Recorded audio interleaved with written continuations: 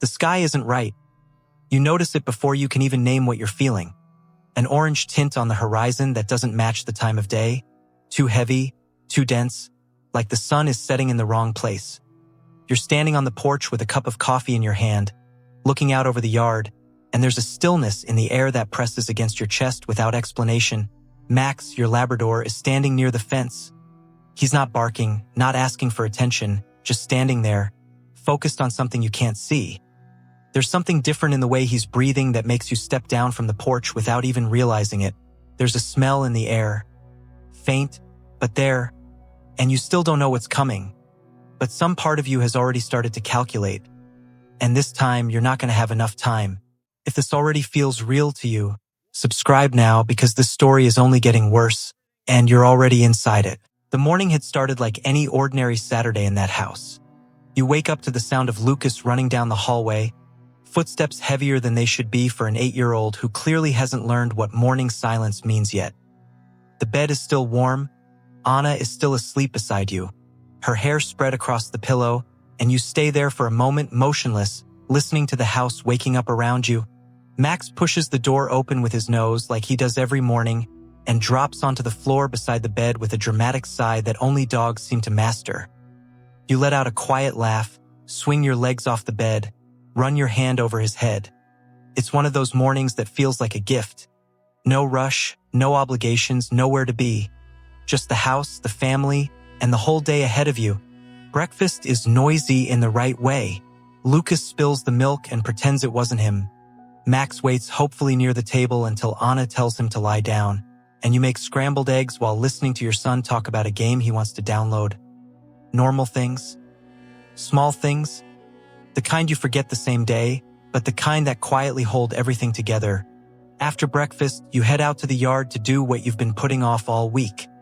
Trimming the hedge on the left side, the one that's been growing the wrong way. Max follows you, checking every corner of the garden with that calm energy of someone who has nothing more urgent to do than inspect every leaf.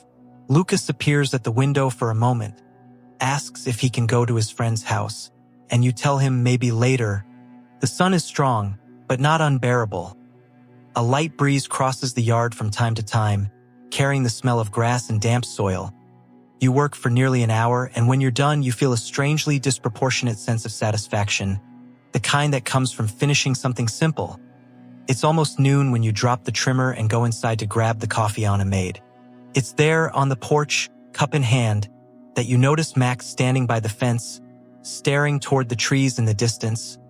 And it's right there that the sky, all of a sudden, starts to feel slightly wrong. You call Max twice before he reacts. And even then, he comes slowly, without his usual energy, glancing back as he walks toward you. You kneel down, run your hand over him, check if there's anything in the yard that might have scared him. But there's nothing. No strange animals, no unusual sounds. Just that silence you still can't quite name. You step back inside and the feeling stays out there. At least for a moment. Anna is in the living room reading, Lucas is in his room, and the television is playing a game no one is watching. You grab a glass of water, lean against the kitchen counter, looking out the window.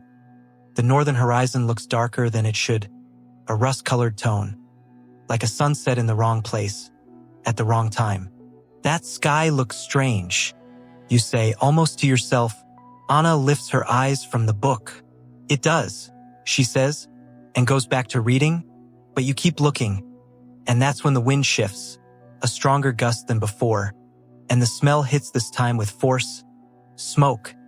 Not from a campfire. Not from a barbecue. A thick, heavy smoke with a dry resin edge that slips through the window like a warning. Max barks once in the yard. A short, sharp bark, different from the way he usually reacts to birds or the mailman. You walk to the back window and see him standing in the middle of the yard, head raised. And in the distance, far in the distance, beyond the line of trees, there's a dark haze hanging low on the horizon. It's not a cloud. It's too dense, too still, and there's a faint reddish glow at its base that makes your stomach sink. You take your phone and open the news. It only takes a few seconds to find what you didn't want to find. A wildfire 19 kilometers to the north, with winds pushing it forward. The report is already 2 hours old. You read it again, searching for a different meaning, a different interpretation of the numbers, the wind direction, the distance, 19 kilometers, and you know exactly how far that really is from the first line of trees beyond your yard. Anna, you call? And this time, the tone of your voice is enough. She comes without you having to say anything else. For the next 10 minutes, you try to stay rational in a way the situation no longer allows. You read more articles on your phone, try calling the emergency line mentioned in the news and get stuck on hold. Open the map and trace with your finger the path of the fire toward your street. Anna stays beside you in silence.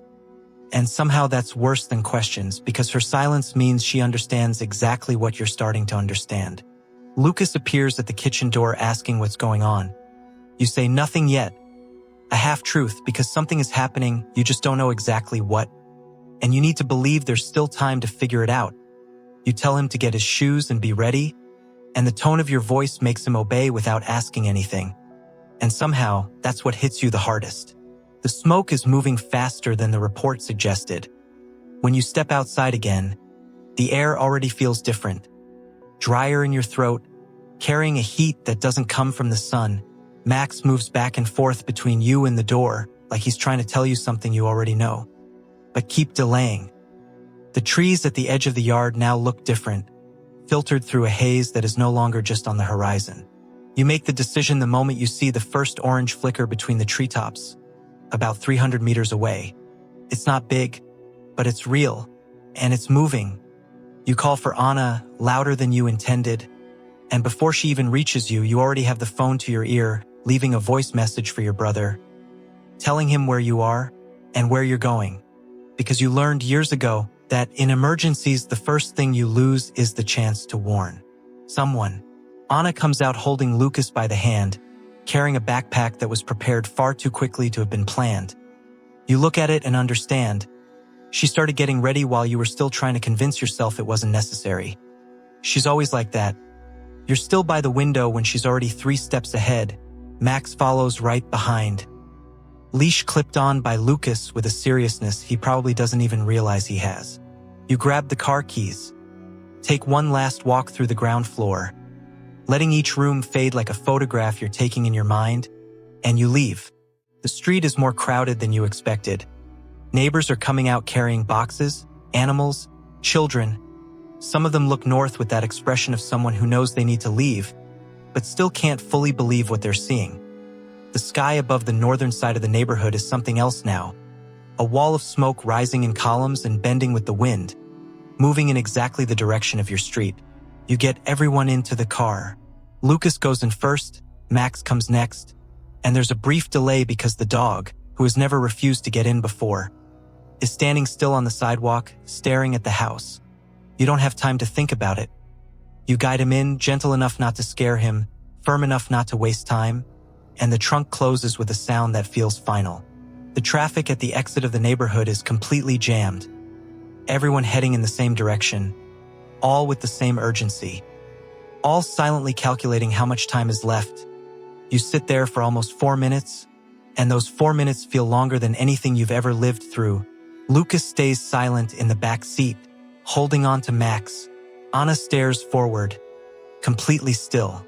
The wind hits hard all of a sudden, and the smoke drops over the street like a curtain. Visibility falls to maybe 40 meters. The smell pushes through the ventilation system before you can shut it off. Lucas coughs. Max barks. You close every vent, take a breath, and move forward the moment the car ahead of you finally starts moving for real. When you reach the main road, the smoke is still above you, but no longer around you, and for the first time you can see the southern horizon, open, clear. You accelerate, and your breathing begins to slow with it for the first time in almost an hour. In the rearview mirror, you see the flames, now visible above the line of houses, orange and white against the gray sky, consuming everything less than 200 meters from your street. You still don't know if your house will be standing, but you know exactly where every person who matters is. You stay at your brother's house for 3 days. The first day is made of silence and constant checking of your phone, following every update about the wildfire, every containment map, every piece of news about your neighborhood. Lucas sleeps with Max beside his bed every night. As if the dog were an anchor, Anna stays quiet in a way you recognize. Processing, organizing, holding things in, and you try to give her space while needing that same space yourself without knowing how to ask for it. On the afternoon of the second day, you receive a message from a neighbor with a photo. Your street is still standing, the fire was contained just a few blocks away, thanks to a shift in the wind during the night and the work of firefighters who held the line until morning. The image shows the street covered in ash, the trees in the distance burned black, but the houses, somehow, still intact. You show the photo to Anna without saying a word. She looks at it for a few seconds and then says, "Thank God." Simply, without drama, exactly the way the moment demands. Lucas asks if his room is still there, you tell him yes, and Max, as if he understands that everything is over, finally moves away from the door and lies down in the middle of the room, belly up, the clearest sign that he's at peace. When you return home on the third day, the neighborhood smells like ash, but it's alive. Neighbors are sweeping their sidewalks, talking over fences, quietly taking stock of what's still there. There's something strange, and at the same time beautiful, about that shared moment. People who barely spoke before now looking at each other in a way that doesn't need words. You step through the front door and stop in the middle of the room.